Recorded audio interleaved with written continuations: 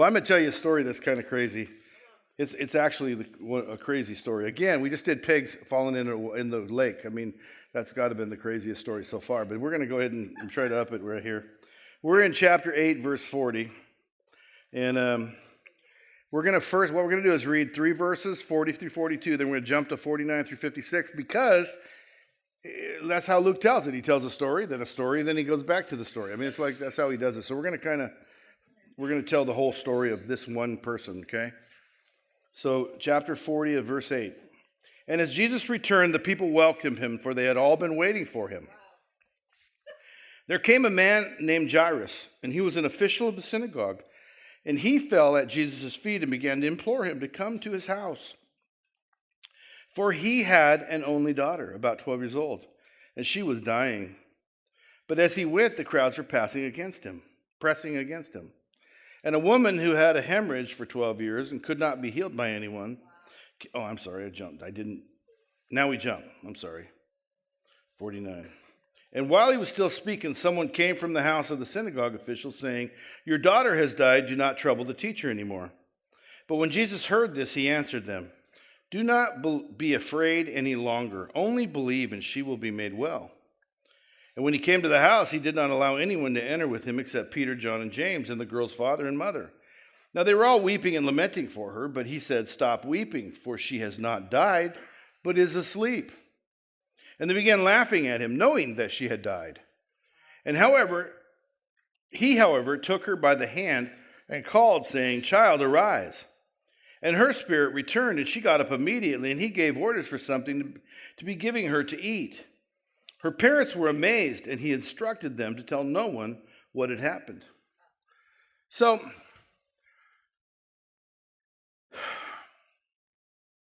there's a difficult passageway through this story. And one is Jesus saying she has not died, and them saying, well, they all knew she died. So what did Jesus do? What's the truth? You got this crowd. Let's set the stage, though. This crowd, Jesus went over to Gad, and it's like he gets in a boat and goes to Gad. The storm arises. He's sleeping in the boat. He saves their life. He gets to Gad. He steps out in Gad. A demoniac breaks his chains, runs to him, gets freed. Pigs run in the water. All that. I mean, talk about a crazy set of circumstances. They get in the boat and they sail back. And what happens is the people are welcoming him, for they've all been waiting for him.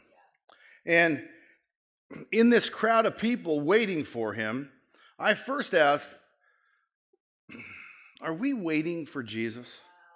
Are we welcoming him, even if he comes to tell us something we don't want to hear? Even if things don't go the way we want them to go? And I'm like, there's a guy standing in this crowd welcoming him, he came because I need this guy. But where is he? Well, he's way over there. Well, they don't want to go to Gad because they don't want to be made dirty by the Gadareans, by the disobedient Jews. So they wait over here for him to come back. It's okay for him to go, but we're not going to go to Gad because they're dirty. So they wait for Jesus to come back, and Jesus comes back, and this guy's there to say, "My daughter's sick, she's dying, and will you come?" And Jesus says, "She'll be all right. Your faith has made her well." But the servants of the house come and say, "Don't bother him anymore. It's too late. She's died."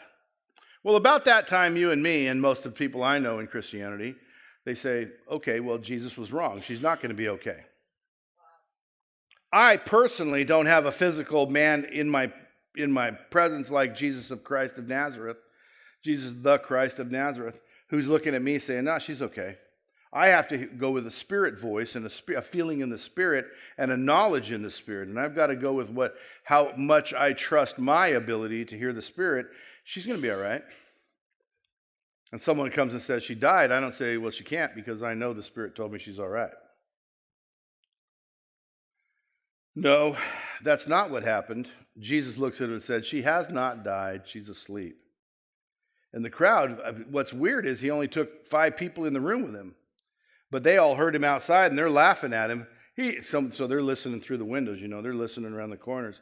They want to see this thing because he's telling them she's not dead. She's alive.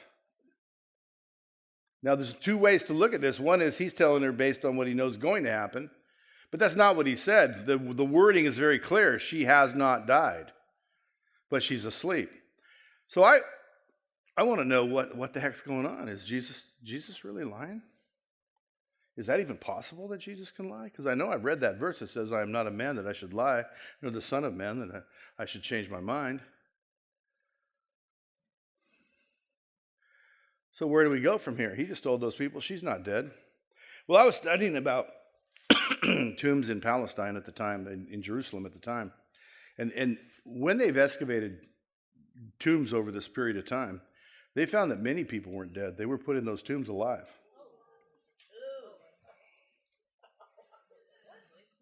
They have found many of these tombs scratching from the inside out.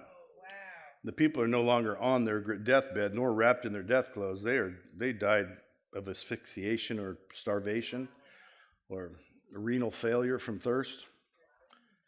And so it wasn't uncommon in those days for someone to swoon, to appear dead. And for all of these mourners, who are professional mourners, by the way, they're paid to be there when someone dies. So they get paid if this girl died, and they don't really have a job if she didn't die, right? Anybody following me in this? And so when you look at the time frame of Jerusalem, and Jerusalem ceased to exist 70 years later, so there's a very specific end of the Jewish community there at that place. And in the end of their time, their later graves, it wasn't uncommon for people to have been buried alive. And I'm wondering, well, maybe Jesus just knows better than everybody else. What do you think? You would think that's a natural response to come to, but if you pastor a church in 21st century, you know that no matter how many people amen that story, that's not the truth.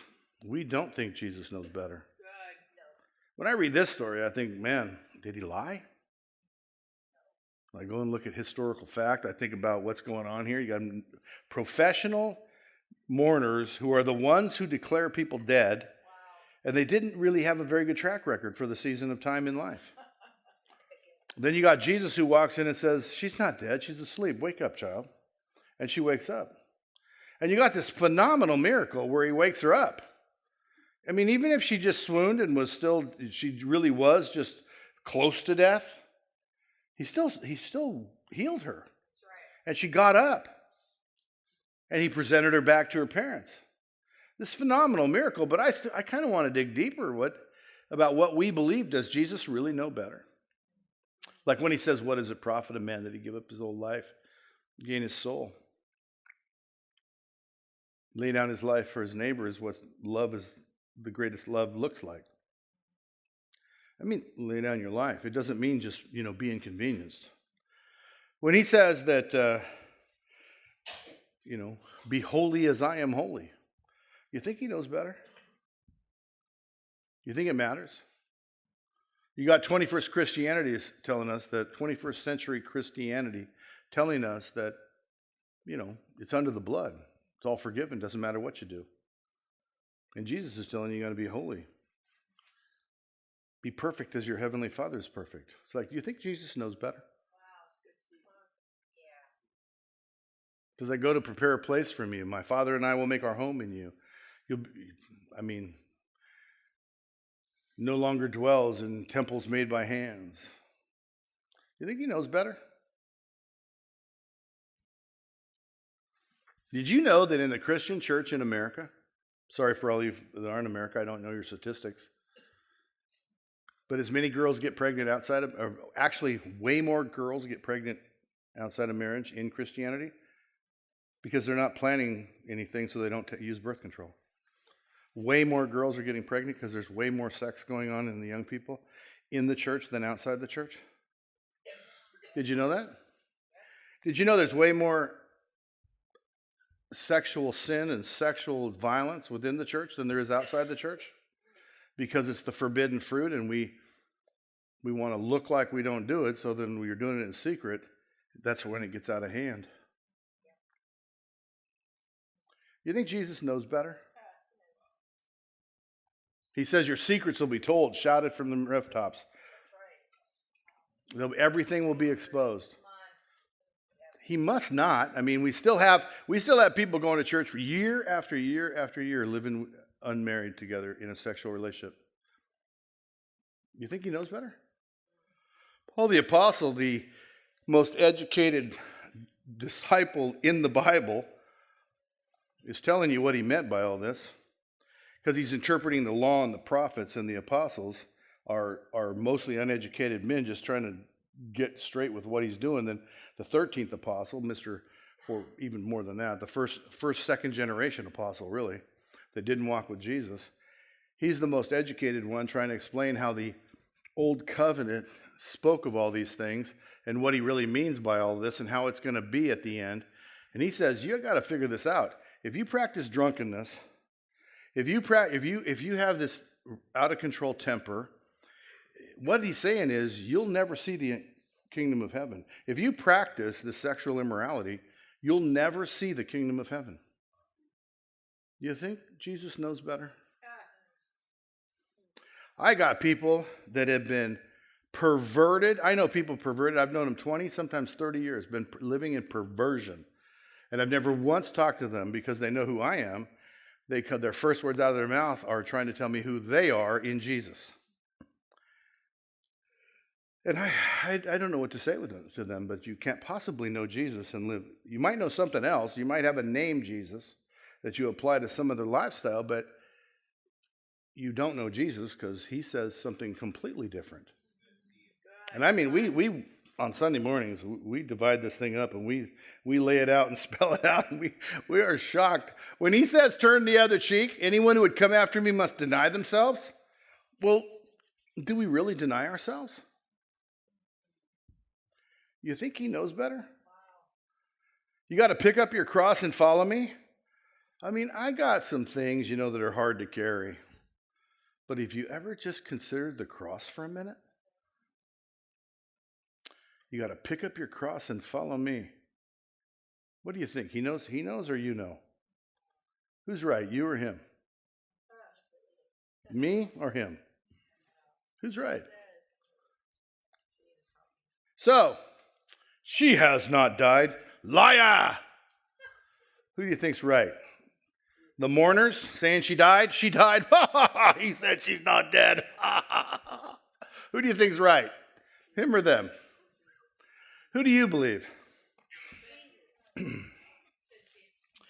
They put a bunch of people in graves that later were excavated in centuries and found to have been scratches on the inside, which I don't know who did the scratching.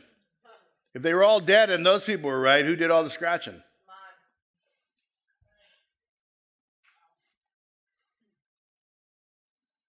God, do it your way if you know better. But if he knows better, then maybe turning the other cheek might be the minimum requirement. When they say there's nothing required of you, it's all under the blood. Jesus did all the work on the cross. Well, then what's he talking about? The prize being handed out to each person according to their good works. I mean, it's Jesus says that. I know our pastors told us different, but who knows better, Jesus or the pastors? Do you know how many times people have said to me, well, you know what I believe? I have shared with them a direct quote from Jesus. You got to deny yourself, pick up your cross, and follow him. Anyone who hears these words of mine and puts them into action, acts upon them, is like a wise man who dug in the ground, dug deep, and put his foundation on the stone, built his house on the rock. You know what I think? Well, who's right? What you think or what Jesus said? What are you going to believe? Father's house, what are we going to believe? Last year we did Lights of Hope 24 days in a row. But we complained so much that this year we did it at 16 days in a row. He says, well, it was actually 12, wasn't it? 12. 12 days in a row. 12 days out of the month. I'm sorry. Yeah, we were going to do 4 more, but the rain, Jesus decided we didn't have to. He rained on us. He let it rain, cancel us. So, it was pretty hard to do 12. Maybe next week we could get it down to 8. He says, pick up your cross and follow me. Man, that was quite a cross having to do that Lights of Hope for 12 nights. But have you considered the weight of a cross? Have you considered what he means by that? Who's right? Him or you? Him or me? Which is it? The guy says, can I just go bury my dad? Well, here in the Christian church of the 21st century, we would always, absolutely, brother, go. Can I just have a night with my family? Sure, absolutely. Jesus said, anyone who does not love me more than mother, father, son, brother, sister, sons, and daughters is not worthy of my kingdom. Who do you think knows better? Me, who says, sure, go hang out with your family. Or Jesus, who says, do you love me? Do you love me? Do you love me more than these? If you do, then feed my sheep. Tend my lambs, Peter. What's he talking about? She has not died. She's just asleep. Well, that's silly. All these people said they know she's died. Don't you know better than him too? Because they do. I can live with my girlfriend and still be saved. I can commit adultery. Today in our world, the percentage of pastors being caught in immorality is just astronomical. And let me just tell you what I think is astronomical. One pastor in the whole country of America being caught in immorality is utterly unacceptable. To say to people, follow me or come listen to me, let me teach you the word of God, and then to be living in immorality is just absolutely unacceptable. And of course, many people are just so... We have whole cultures that were created on we don't talk about these things. You know why? Because we don't want to know the truth. We don't want don't put the truth out on the table for me. That would cause me to have to make a decision. Let me be just like a lamb led to the slaughter, and who cares? Who do you think knows better? God says, if you as a leader, or you see your brother heading for a ditch and don't warn him, there's a ditch over there. When he falls in, his blood is on your head. But we don't think that. No, just don't talk about it. We don't talk about those things. Many people in the room today, and you Americans, I know this is really hard for you, they don't talk about anything. We don't talk about that. Our pastor's cheating on his wife. We don't talk about that. Our young men are being overrun by pornography. Well, we don't talk about that. God says, you let them go that way and they fall in a ditch, it's on your head. Wow. But we don't talk about that. Who do you think knows it better, Jesus or our culture? What's more important, that you're an American or that you follow Jesus? What's more important, that you're English or you follow Jesus? What's more important, your heritage? I'm Italian or I follow Jesus. What's more important? I'm an Episcopalian. I'm a Mennonite. I am Catholic. We're the only true church. Who cares what you think? Honestly, when you stand before God, he's going to say, oh, that's right, you were told you're the only church. Vicki made me tell a joke the other day about Peter giving a tour of heaven. And I won't name a denomination, but the guy says, well, who's that over there? He says, that's the named denomination. And you got to walk by quietly because they think they're the only ones here. Now, that's a joke because that isn't going to happen. Those that think they're the only ones here and don't pick up their cross and follow him and deny themselves and don't make themselves out to be the most important people on earth or the anything other than him most important thing on earth, they're not going to be there when we get our tour of heaven. Who knows better, him or us? Have you ever read the 7 letters to the book to the churches in Revelation? This I have against you. I just did a string of parables in Luke where everything he said was just like slapping me in the face. Turn the other cheek? I don't want to turn the other cheek. Don't be glad when men think well of you. I want men to think well of me. Remember when I said that to you? Everything he said was just the opposite of what I want. Don't lend to anybody expecting to have them return it to you. What? Did his mama drop him on his head? Are you crazy? Everything I loan, I want back. I promise you, and I'll let you know it. And he says, I can't do that. Give to any man that asks of you. Are you crazy? Do you know what a taker society I live in? Everybody's asking for everything. I wouldn't have anything left. Well, who do you think knows better, me or Jesus, on that subject? So did she die or was she asleep? Who do you think knows better? Do you really think he'd lie? I think maybe a lot of us live our lives so we think he just doesn't really know what he's talking about. He's never lived in 12. He came in 4 BC. Come on. He doesn't know what 21st century's like. He never flew in a jet airplane. I mean, we've eaten of the tree of life, man. We are like God. We have flown. Well, have you created a universe in 7 days with the words of your mouth? Have you spoken things into existence? Or have you suffered a cross for your neighbor? And I just think we're way off base when we read these stories. And I know that my first thought was, I got to preach today where Jesus lied. How am I going to get through that? I got in the shower and I was just like, what the heck was going through my head? Jesus lied? Not the mourners? That was a quick turnaround right there. I was like, time out. Please forgive me for having that thought. It's just like crazy thought. Jesus lied, but they didn't. Who has a better track record? Anybody understanding me? Am I offending you?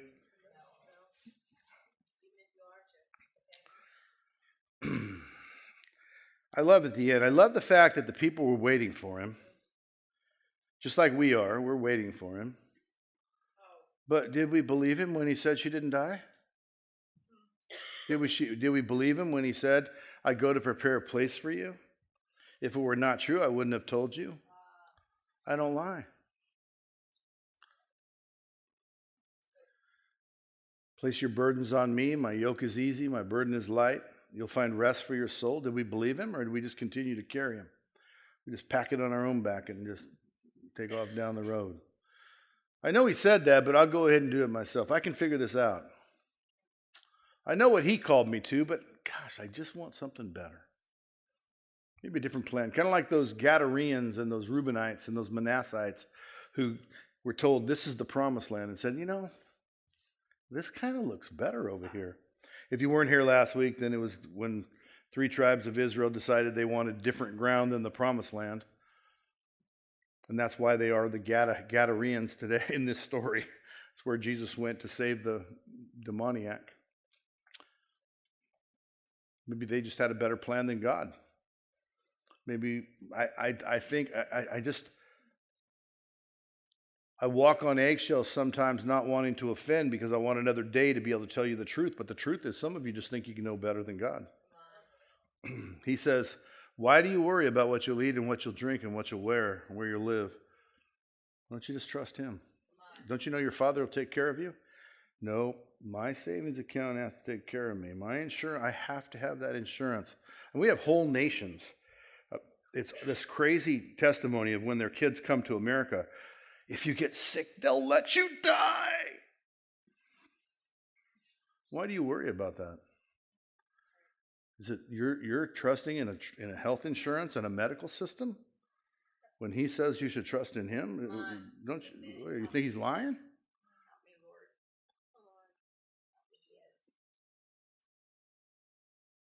He's saying you don't have to trust in him. You can trust in your government medical. You can trust in your welfare. You can trust in your free handouts. I grew up in a time when there wasn't much of that stuff.